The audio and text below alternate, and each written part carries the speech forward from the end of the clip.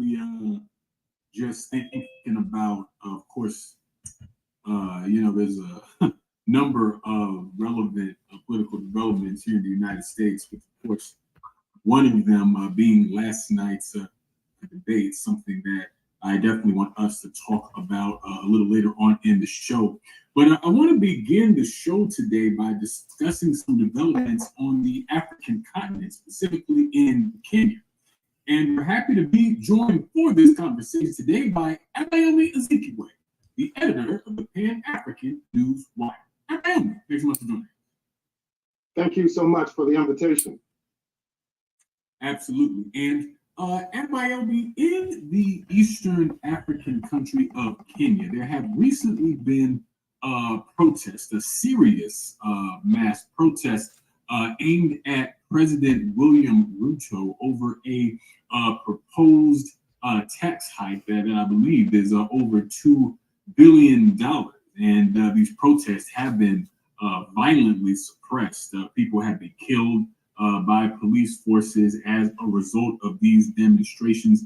And here recently, Ruto seems to have either rolled back or refused to sign this tax hike in response to the protest. But it appears as though they may still be going on. I mean, I know in a lot of times when we see these kinds of movements pop up, they sort of start as being based around one issue, but a number of issues tend to sort of come into the fold, if you will, as time goes on as well. So help us understand not only the context of the protests themselves, but where do things sort of sit with them today from your view? Well, first of all, Kenya is considered the largest economy in the East Africa region. So if you think about it from that perspective, you understand that what does this really mean in a broader international context? The country has been subjected to enormous international monetary fund restructuring. So therefore, the IMF is advising them that they need to raise more public revenue.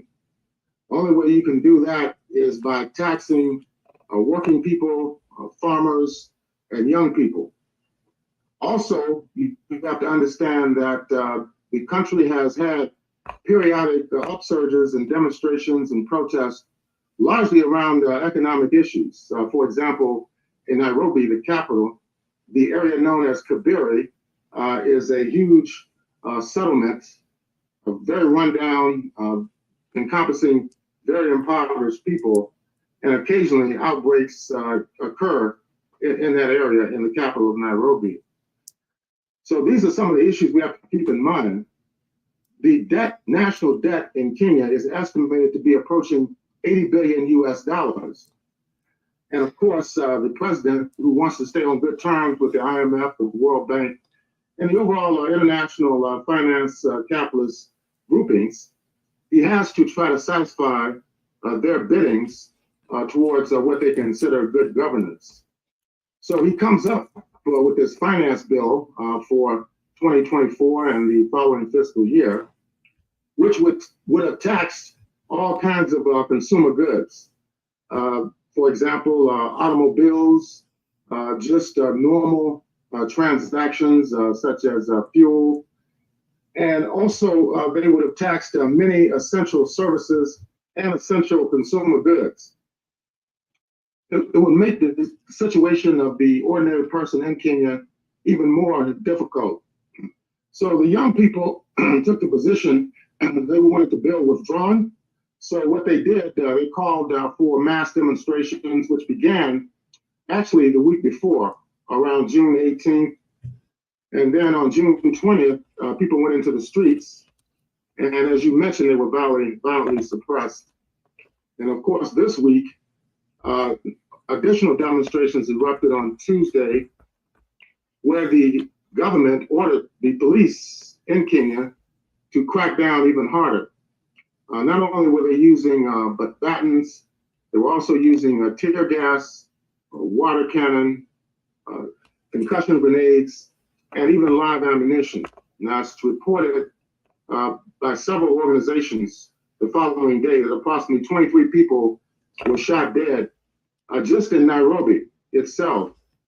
The young people broke through police lines on Tuesday and tried to get to the Parliament building. Some of them did reach there, and additional classes erupted, and a section of the Parliament building was not only vandalized, it was also set alight.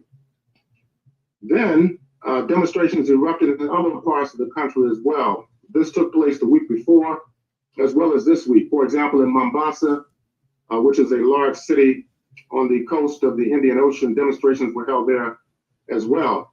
So out of the approximately 39, 40 counties in Kenya, demonstrations erupted in at least half of those counties, if not more. So this is the dilemma that President William Ruto is finding himself. Now, one day this week, 2 days after the actual Tuesday protest, he declared that he was withdrawing and he would not sign the finance bill. Now, whether this is a permanent decision or whether it's just a tactical move to quiet the demonstrators remains to be seen. He also indicated that he's willing to have negotiations and talks, even a week ago, with the young people who are organizing these demonstrations. None of them, as far as I know, have accepted his invitation because of the oppressive atmosphere that exists in Kenya. For example, some of the leaders, people who have been outspoken on social media and in the street, have been abducted by plainclothes Kenyan police. They've been interrogated, even tortured. So it doesn't create an atmosphere of trust or goodwill. Also, the president made allegations that the young people, many of them, had infiltrated the, quote, peaceful, unquote, demonstrations. He described these people as thugs and as terrorists. Well, this, too, is not a way to bring about trust and understanding between the two sides. So the demonstrations created a very tense atmosphere in the country, and it still exists now. And we'll have to see how things develop over the next few days. Definitely, Abayomi. And while we were watching on platforms like X and Instagram with some of the images coming out of Kenya during the protests, we saw people getting to the Senate building and taking the flags down and storming the Senate. And for us, this, we're analyzing it and looking at it from the people's perspective. Obviously there's the issues that you raised with the IMF and the IMF is what it is. It is the finance arm of US and Western imperialism. So it's the bank of the imperialists, basically. And what they do is exactly what you said. They force countries' leaders who owe them money because of these IMF loans to take that money from the working class and poor instead of, producing more goods and raising revenue that way. So this is what Kenyan people were faced with after they were also struggling against the Ruto government in regard to sending Kenyan police to Haiti, which has now happened. And then this finance bill was signed. So what does the confluence of those two dynamics mean for the legitimacy, I guess, of Ruto's presidency? Because it looks to me like he is in a mess of trouble. Yes, and we have to keep in mind that the IMF and the World Bank were both founded in the United States in 1944 at the Bretton Woods Summit, where the imperialist countries sat down to decide the post-World War II economic construct. Initially, the aims were to rebuild war-torn Europe.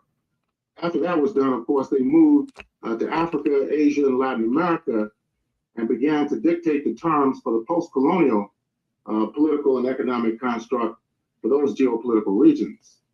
So we have to understand that the United States has been heavily involved in Haiti for well over 200 years. They have blocked any type of normal economic life in Haiti. siding with the French on numerous occasions, and other occasions acting on their own. For example, 20 years ago, they invaded Haiti. France, Canada, and the United States kidnapped Jean-Bertrand Aristide, who was head of state at that time, and sent him to the Central African Republic.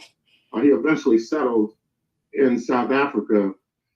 And also today, they're still involved in Haiti. So rather than send U.S. police or U.S. troops to Haiti, which they've done on numerous occasions, they're looking for a proxy, and they found that in President Ruto. Now, this was done despite the fact that opposition forces inside of Kenya, even people within his own party, the courts said it was unconstitutional. There was no constitutional provisions that provide for the deployment of police in foreign states, yet it was carried out anyway. And this is fueling the discontent that is going on. We also have to remember that just a few weeks ago, President Ruto was invited to the White House by President Joe Biden, and he was given a red carpet reception. He was toasted for 2 days by the White House, made a unofficial non-member state of the North Atlantic Treaty Organization. So he's being primed for further interventions on behalf of U.S. imperialism. And the Haitian people do not want the Kenyan police there. They're supposed to be leading a stabilization force that's going to encompass Benin, Barbados, Bahamas, and some other smaller nations in the Caribbean. How can he stabilize Haiti when he has all this instability that is going on in Kenya itself? Look what's happened in Kenya over the last 2 weeks. The police reportedly in Nairobi killed 23 people, but in other parts of the country altogether, it's estimated that some 50 people were killed in these demonstrations. So he's lost credibility in Kenya, and he's going to lose credibility internationally because of his actions on behalf of U.S. imperialism. Yeah, and when you mentioned this history of imperialist intervention into Haiti, which seems set to continue here with the deployment of Kenyan officers and also officers from some of those other countries that you were naming. I mean, according to reports, the total will come to about 2,500 officers, costing about $600 million a year. It is set to be carried out in phases. And, you know, so I'm wondering, Abayomi, what do you think this foreign intervention in Haiti and the way that Ruto has been brought in as like this, neo-colonial figure, frankly, in terms of spearheading this and how this has reflected in his own country we've been discussing. I mean, what do you think this tells us about how U.S. imperialism is operating on this moment? Is that, centuries after the Haitian Revolution, Haiti continues to be punished, and Washington sees fit to use an African country as a bludgeon against it. It illustrates that imperialism has many mechanisms that it utilizes in its quest to seek and secure world domination. And neocolonialism, of course, is the new form of colonialism. It's another arm of imperialism, as Kwame Nkrumah wrote about almost 60 years ago, saying it was the last stage of imperialism. So it's not based on the strength of the world capitalist system. It's based on its weakness and its contradictions. I think that Ruto, unfortunately, has fallen victim to the neocolonial machinations of U.S. imperialism due to the fact that Kenya is a capitalist country and it wants to remain in the good graces of world imperialism. Kenya itself, has 50 million people. They do have agricultural potential and resources. They have light industrial production. And as I mentioned before, it is the largest economy in the East Africa region. They rely heavily on tourism, but at the same time, they're faced with this massive debt approaching $80 billion US dollars.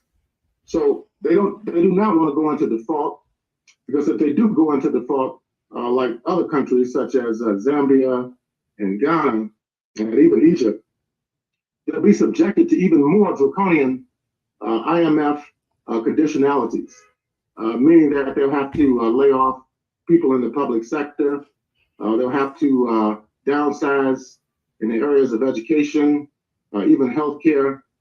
So he's trying to avoid that, but by avoiding it, he's passing on the cost of these contradictions to the masses of the Kenyan people. So he's taking a very, very dangerous position. And hopefully he will realize what he's doing. But he can't say, on the one hand, that he's willing to talk to the youth, while at the same time he has blood on his hands. Approximately 50 people have been killed across the country for opposing his finance bill, which is a reactionary and regressive tax program that will not do anything to improve the conditions of young people in Kenya. And in Africa as a whole, the youth constitute the overwhelming majority of the population. And the United States is very concerned about that because they know they're losing ground in Africa in terms of public opinion. You look at the issue of Palestine, we look at what's happening in terms of the proxy war in Ukraine. Most people do not support the U.S. position on either of these questions. And with a majority youth population, they know eventually they're going to turn sharply against U.S. imperialism. We can see it in the Sahel states, in Mali, in Burkina Faso, in Niger, how the governments there are establishing their own alliances. They want to trade with each other, and they're asking France and the United States to get out of their countries, militarily as well as culturally and economically. Even the uranium contracts, for example, in Niger with France, who owns the uranium resources inside their country, have been declared null and void by the CNSP government in Niger. So I'm almost certain that in Kenya itself as well, there are forces there that are rapidly turning against U.S. imperialism, and eventually it will manifest itself in similar ways that we see in the Sahel region in West Africa. We certainly hope so, Abayomi, and it certainly can't come soon enough. It feels like, uh-oh. Always got these two mics going on here and forgetting which one to unmute. Abayomi, I mean, I think we are waiting with bated breath for this to happen. What you just said, that Kenya could go the way of the alliance of the Sahel states, and we hope so.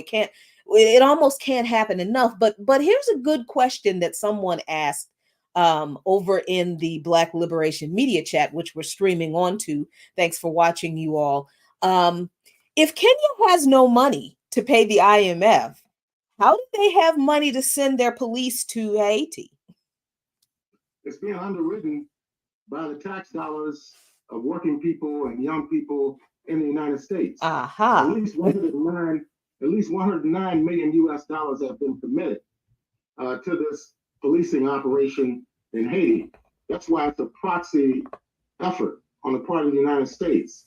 They know if they send US troops in there and somebody gets killed, that's a political problem for Joe Biden. He already has enough problems with all the people that are being killed in Ukraine, all the Ukrainians that they're using as cannon fodder, who they're chasing down in the streets so they can kidnap them and force them and send them to the front line against the Russian military.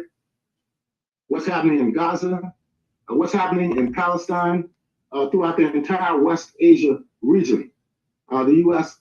is under attack. Yemen, for example, Yemeni armed forces, resistance forces in Iraq and Syria. Hezbollah has escalated its shelling in northern Israel to the point where hundreds of thousands of Israeli settlers have been evacuated from northern Israel. So if he has to start a war in Haiti, he doesn't want U.S. troops killed there, U.S. police officers killed there, but eventually, and a lot of people already know that the U.S. is behind this, and it will become even clearer as this whole election process continues. Yeah, I think that's the case. And it also brings me to perhaps a broader question, Abayomi, but it's about the role of neo-colonialism on the African continent. I think that William Ruto is just one of really many examples that we could point to on the continent that have this kind of cozy and acquiescent relationship with Washington and is willing to let their country be exploited and all those sorts of things, or even allow themselves to be exploited in one way or the other for the whims of Washington. And so, I mean, what do you think it tells us about how neo-colonialism functions on the African continent and the impact it tends to have on the people? Well, to quote Kwame Nkrumah again from the book Neo-Colonialism, The Last Stage of Imperialism, which was published in 1965, it is clearly a mechanism for the maintenance of control over the mineral resources, the labor, the agricultural potential, and the waterways of the African continent. There's tremendous wealth in Africa, has been that way for many, many centuries. And the imperialists, their motivation for the Atlantic slave trade, of course, was the exploitation, super exploitation of African labor, which led to classical colonialism in Africa, where they exploited the agricultural products. They exploited eventually the mineral resources, the metals, many of the essential services and products that people purchase in the Western imperialist countries and also in Africa itself come from the natural resources of the continent, cobalt. So we can talk about petroleum, natural gas resources. All of that, of course, makes enormous profits for the imperialist system. And if you're part of that system and you're incapable of breaking with it, then of course you have to suffer that high level of exploitation and oppression. And how do you enforce that? You enforce it through repressive measures and through military interventions. The military interventions now are actually being exposed. I mean, AFRICOM was formed, we're talking about 16 years ago, started functioning in early 2008.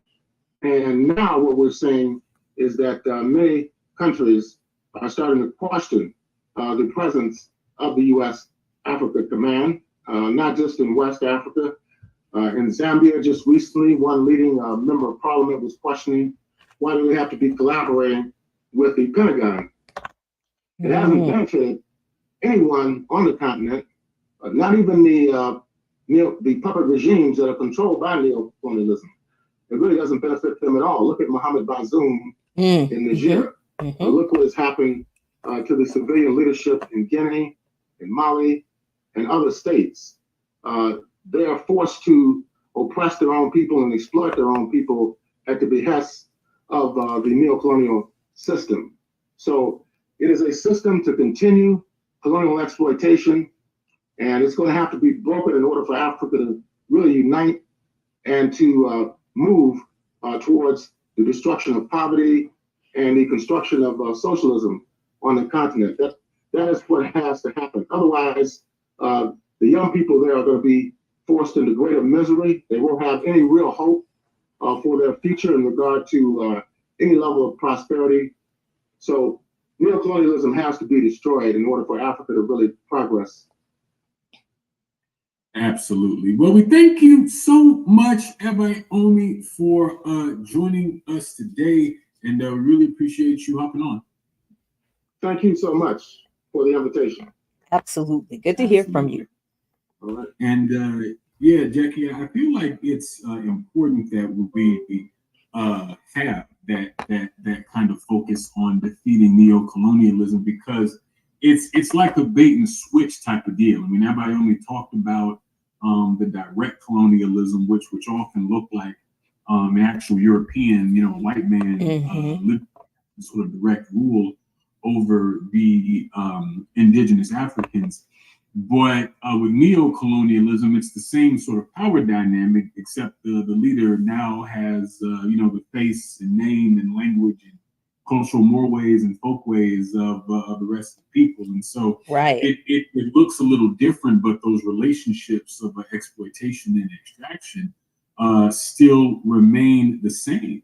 And neocolonialism as a force, I think, has actually been crucial to U.S. and European imperialism remaining a dominant force, not just on the African continent, but actually all around the world, because it acts as a kind of facilitator of that exploitation. You know what I mean? And when we look at the case of Kenya and its relationship to this foreign intervention in Haiti and things like that, I just feel like it becomes even clearer and clearer how the whole thing functions, Jackie, which I think also shows us how how empty this question of representation is. I mean, Kenya, of course, is an African country with a Black African president and all of that.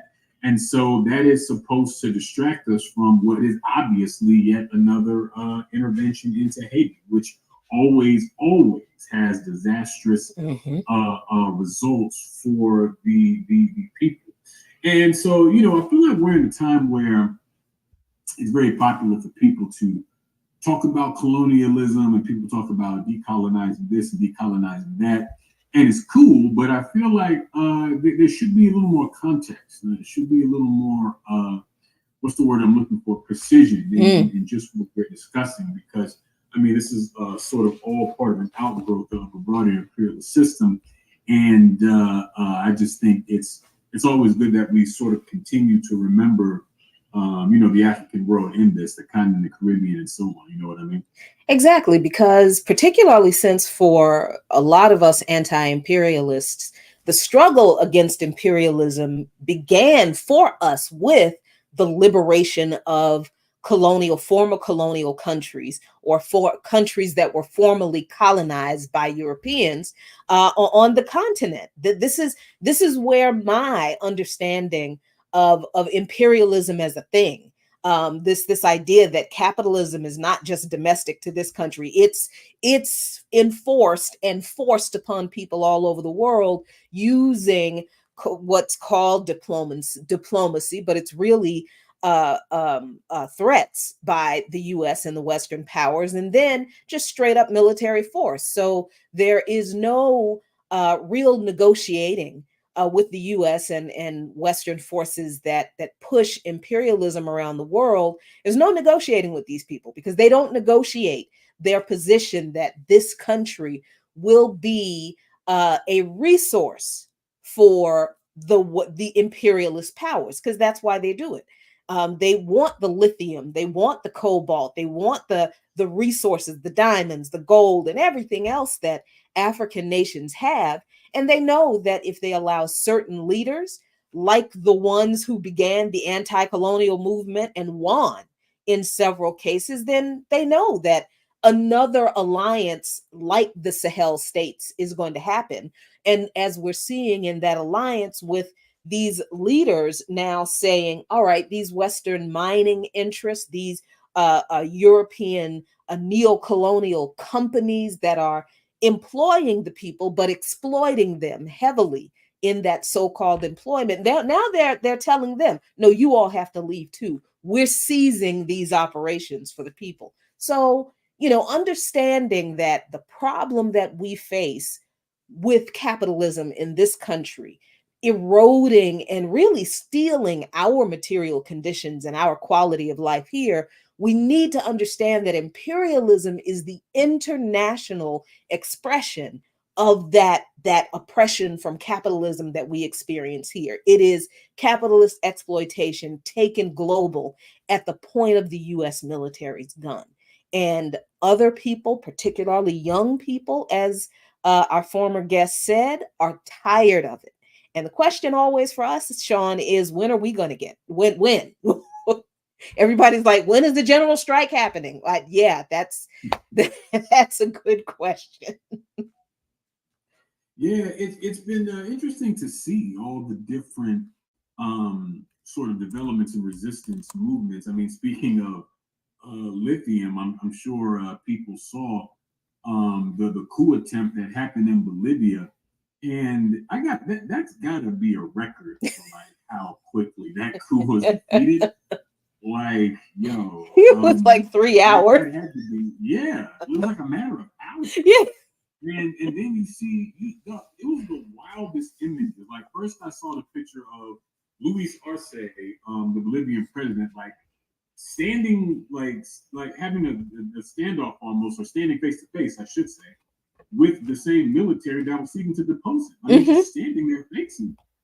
And I just thought, like, that kind of courage, I feel like you can only have that when you know you have support amongst the people, and that's ultimately what's going to save you. And I'd be hard pressed to point to an American politician who enjoys that same kind of support. And then what really tripped me out, I don't know if you saw this, Jackie, I saw a video where it looked like the people, because people filled the streets, right? Yeah. And it looked like the people were actually chasing the military. Yeah, yes, they were.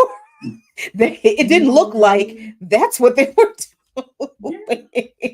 Yeah. And also, not that long after the coup attempt was made clear, that we saw labor organizations calls for general strike. It's like we saw the Bolivian working class move into action. We saw them mobilize to protect the government, which is currently led by MAS, so the Movement Towards Socialism, the same party as Evo Morales, someone who has also been, who was the target of a coup that was backed by the United States, that brought in a right-wing, as you say, Jackie, Christo-fascist, U.S.-backed government, and things like that. They carried out racist massacres against the indigenous people of Bolivia and things like that.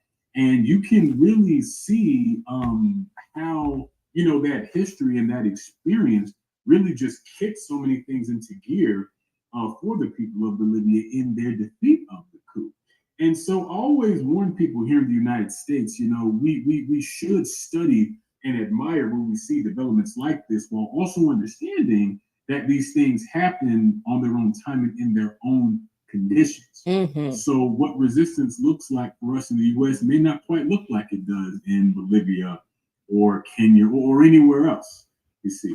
But I think the important aspect, as ever, is to be organized. So we have the kind of movement that we need to actually address these and other issues. But I want to bring in our other guests for today. We are very happy to be joined by Kevin Gostola, the author of Guilty of Journalism, the political case against Julian Assange, and he is also a member of the Dissenter newsletter at thedissenter.org. Kevin, thanks so much for joining us. Oh, you're muted still, Kevin? Oh, hey, there you go. Good to be with you. Cool. And that'll also get me to everyone can see me. Hi. Yes. Fantastic. Yeah, thanks for joining us, Kevin. And of course, some very exciting, and for me at least, unexpected news as journalist Julian Assange has been released from prison, and I believe has returned back to Australia after more than a decade of being persecuted, attempts to extradite him illegally, and even plans for assassination against Julian Assange, all, as your book title suggests, all for the crime of doing journalism. And you recently published a piece with this, along with Muhammad Al-Mazi at thedissenter.org, titled Inside the Assange Plea Deal, Why the U.S. Government Abruptly Ended the Case. So, Kevin, I was hoping you could help us understand this plea deal from Assange and why the U.S. seemingly all of a sudden decided to go this route. It's a good question, because as much as they were gunning for Assange, how could they just so easily agree to a plea deal and walk away? I mean, there were people who, if you let the prosecutors who spoke about Assange, who demonized him, who spoke of how much of a threat they believed he was to either U.S. national security or just U.S. influence in general around the world, truly wanted to nail him. But as I understand it, what happened was the First Amendment got in their way, because the UK, this London court, was going to have an appeal hearing, and it was scheduled for July 9th and 10th. And they were fearful that he was going to win that appeal, because what the High Court of Justice, they call it the British High Court of Justice, had demanded was an assurance that Julian Assange would have free speech rights during his trial. However, there's a problem. The Supreme Court, which we got to hiss a lot at after the week that we just had with the Supreme Court, but the Supreme Court has ruled that those who are not U.S. citizens do not have First Amendment rights. And Julian Assange is an Australian citizen. One of the things that made this unprecedented and extraordinary was that the Justice Department was trying to enforce a U.S. law and say that somebody who isn't from this country has to follow this law, that they could somehow be guilty of espionage, or even, if you just use it from the universe of cases that we know, could be accused of disloyalty or treason to the United States. What loyalty does Julian Assange owe the U.S.? He isn't even from here. And by the way, I don't do loyalty oaths as an American, but let's just accept here that Julian Assange and nobody outside the U.S. should be made or forced to adhere to any laws within this country, be they just or unjust. And Julian Assange and his lawyers had this upbeat feeling that they were going to prevail. And that translated because there's this incredible article paired along with my report with Mohammed Almazi that people should know about from the Washington Post that describes from insiders how the case collapsed. And you had a U.S. Justice Department attorney that was working from London warning back in April that they were going to lose and they needed to get a plea deal immediately. Wow. Excuse me. I'm still, Kevin, I'm still kind of trying to grasp the fact that we're not going to have to protest to free Assange anymore. It happened that fast. I mean, like last week, it was like, okay, we've got this, event coming up, this for this other thing coming up. And then I know I've got a couple of things people have asked me to do for Assange coming up. And I'm just going down my calendar of events, and I'm like, wait, so now I don't have any Assange stuff to do. Now what am I supposed to do with my time?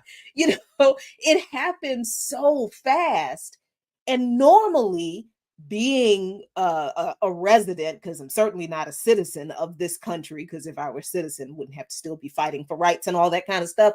But normally, I hate plea deals. I hate them because they very often obfuscate the innocence of the person and end up punishing people who really shouldn't be punished at all, because they can the state can hold the specter of real prison time over somebody's head, so they'll force them to make a plea deal instead of going to trial.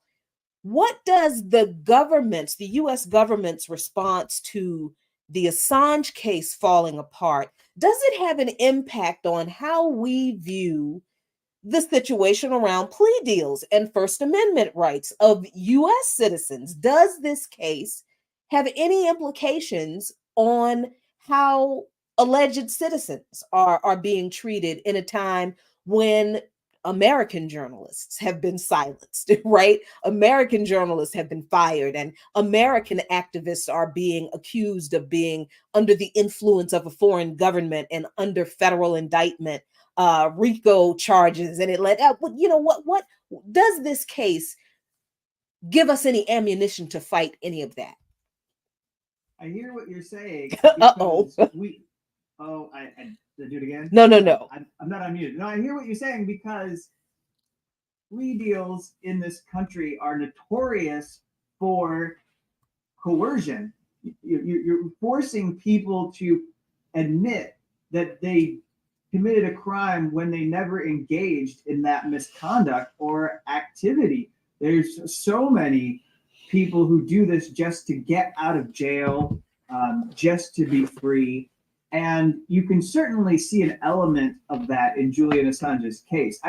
Don't mistake the way that I've spoken about this as pretending that Julian Assange didn't accept the plea deal because he wants to get out of Belmarsh prison, which was known and is still going to be known as Britain's Guantanamo. And it took on this nickname after the September 11th attacks because that was how people in London, the UK, they were using that facility to bring primarily Muslims and those who were accused of terrorism offenses through the courts and then put them into this facility. So it is a maximum security prison in which he was living about 22 to 23 hours a day without any access to sunlight. And if he got any recreation, it was extraordinarily limited.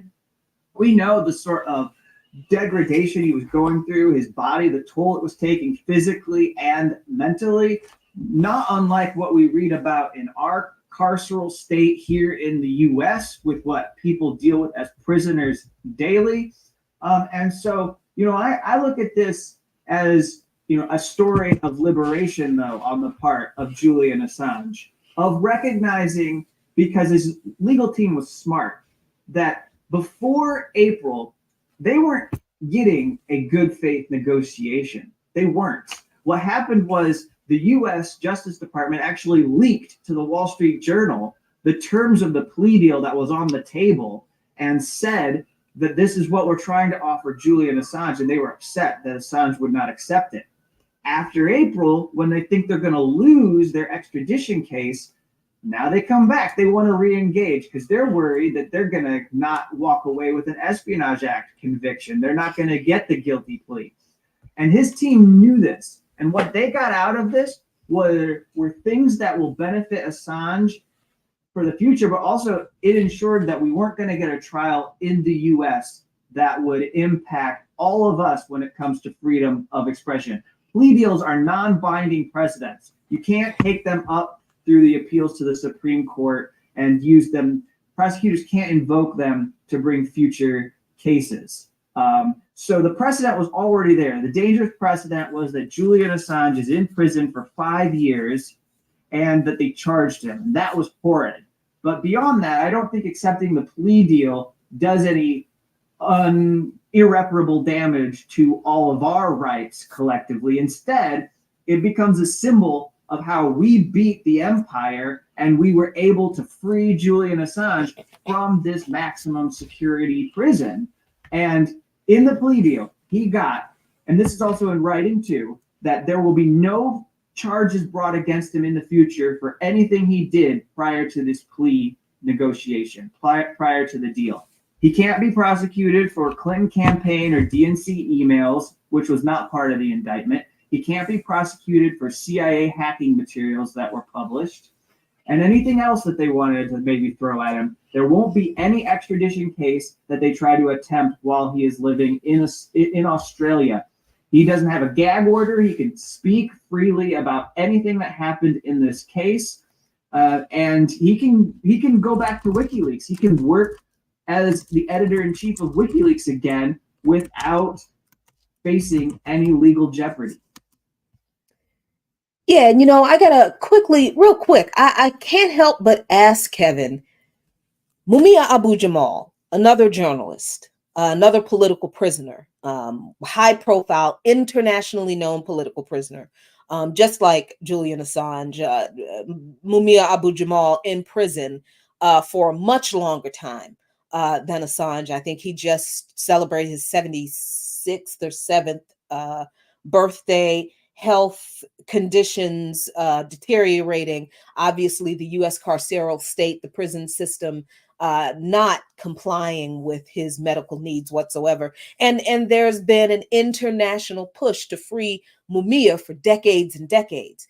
Does this case against Julian Assange falling apart the way it did, does it put any wind in the sails for the effort to free Mumia? Because of course now what we're hearing, Kevin, is people saying, celebrating Julian Assange's freedom and saying, okay, do Mumia next, right? Yeah, so I'm interested to see all the people who just worked and managed to free Julian Assange, what they'll do next. And there are no shortage of political prisoners in which they can go to work and try to help free them. I mean, obviously Leonard Peltier is another figure who we would like to see freed from prison. It's long overdue.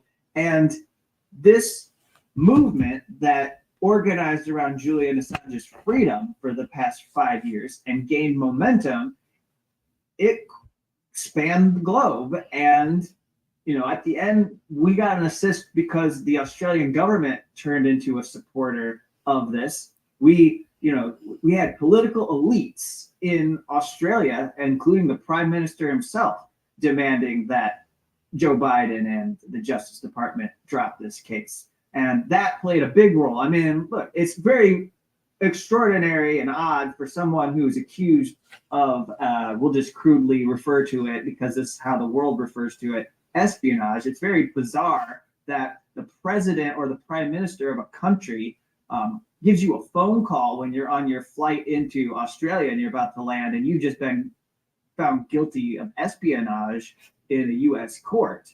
But they do not see him as somebody who committed a crime. But anyways, all of this, I take this to be a lesson and instructive in us moving forward as people who engage in advocacy and try to free others who are being oppressed by the U.S. government.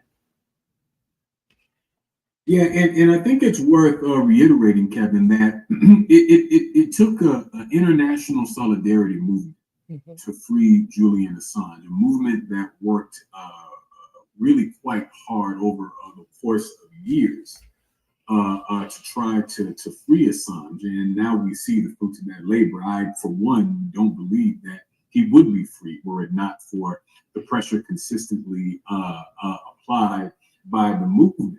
And I have a general question, Kevin, not general, but sort of broad, in the sense of what do you think the case of Julian Assange and his now being free, what do you think it means for journalism? Because it's so obvious that Julian Assange faces persecution because he published the crimes of powerful governments and powerful people.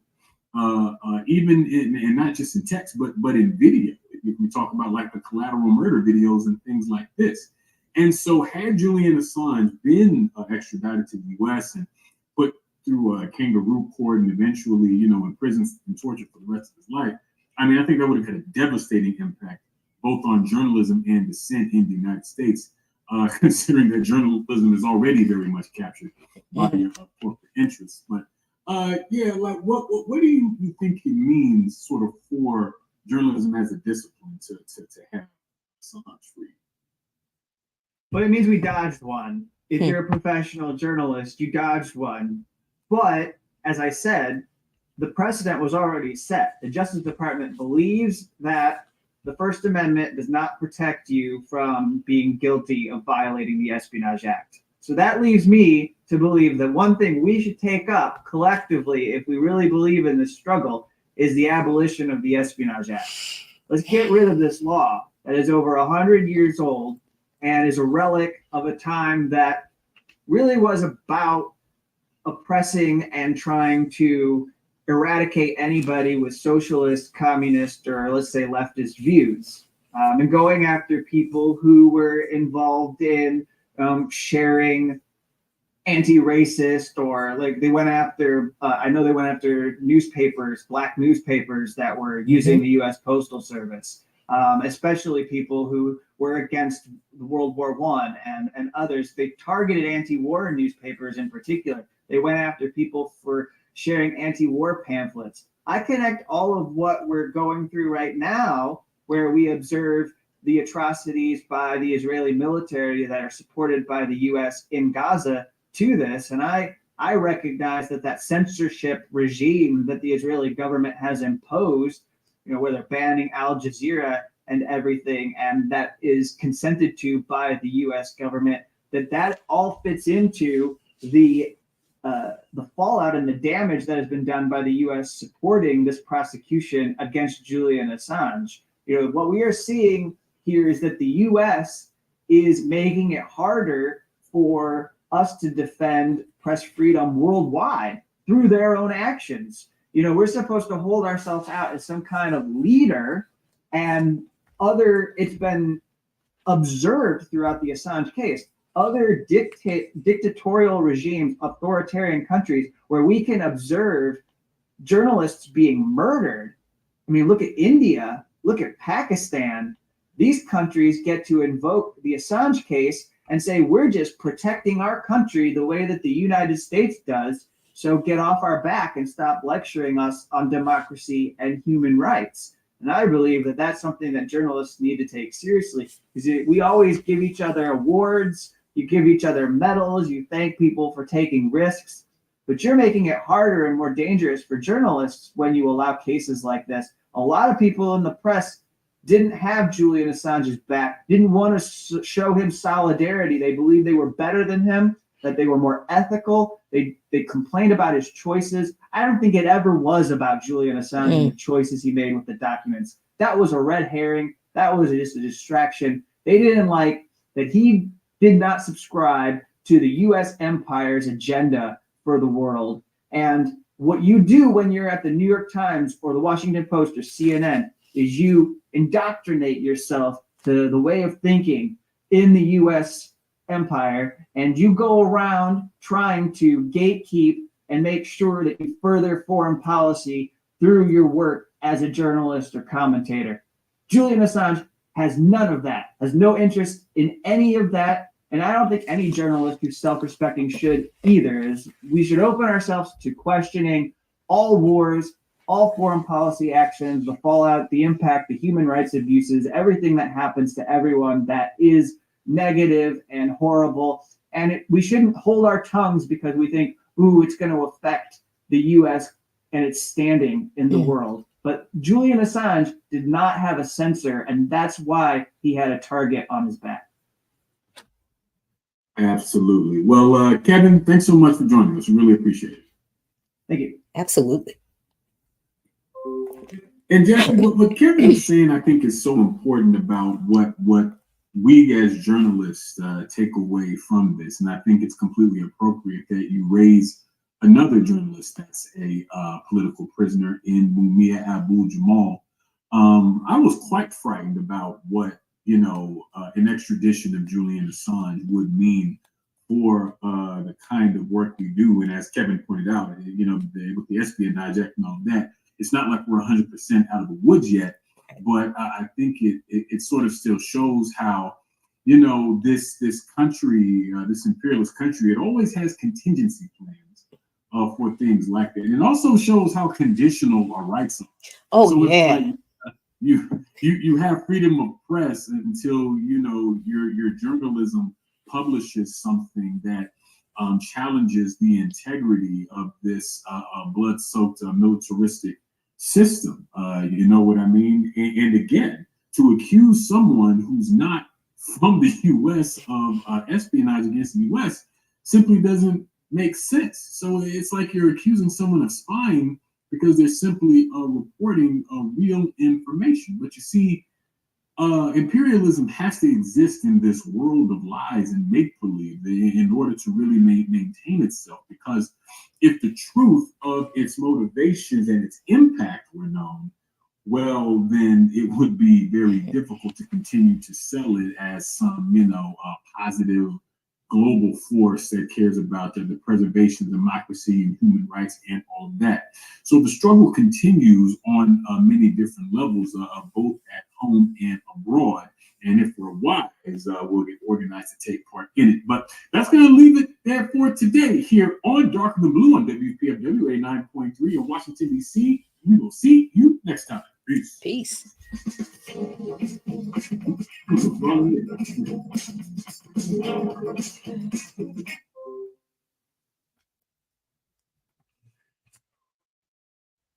Hey, folks, thank you so much for joining us this evening, this afternoon on Darker Than Blue. Hope you liked the show.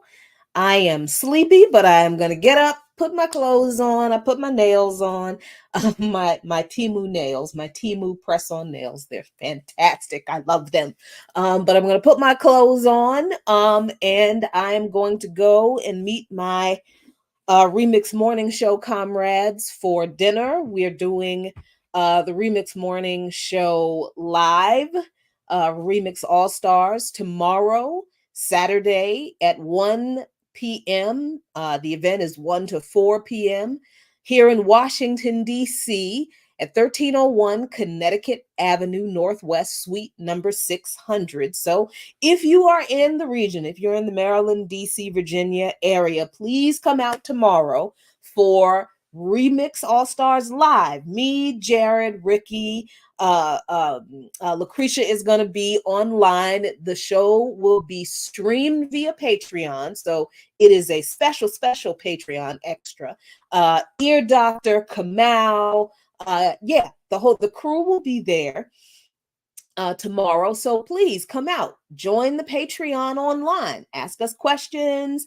And I think we're going to have a good time. And then after that, I am hopping on a train and I'm going to Fayetteville, North Carolina to spend a few days with my dad for his birthday and for belated Father's Day. So happy belated Father's Day and happy belated birthday, Daddy. I love you. And I will see you soon. And I'll see you guys soon on the other side of this week, next Friday at 5 p.m. with Darker Than Blue and 6 to 7 p.m. with a double feature. I think I owe you one after not giving you one this week. And I'll see you tomorrow on the live event for the Remix Morning Show All Stars. And of course, we'll see you regularly next week on the Remix Morning Show itself. Women's Wednesday. I might be able to get up on time to do Tuesday, but definitely Women's Wednesday and Thursday. Thanks so much for joining. 564 of you. I certainly hope you have as many likes on the video. Until next time, folks, take really good care of yourselves and each other. A luta continua. The struggle continues, but if we keep fighting, I promise, victory acerta. Victory is certain. Until then, peace, y'all.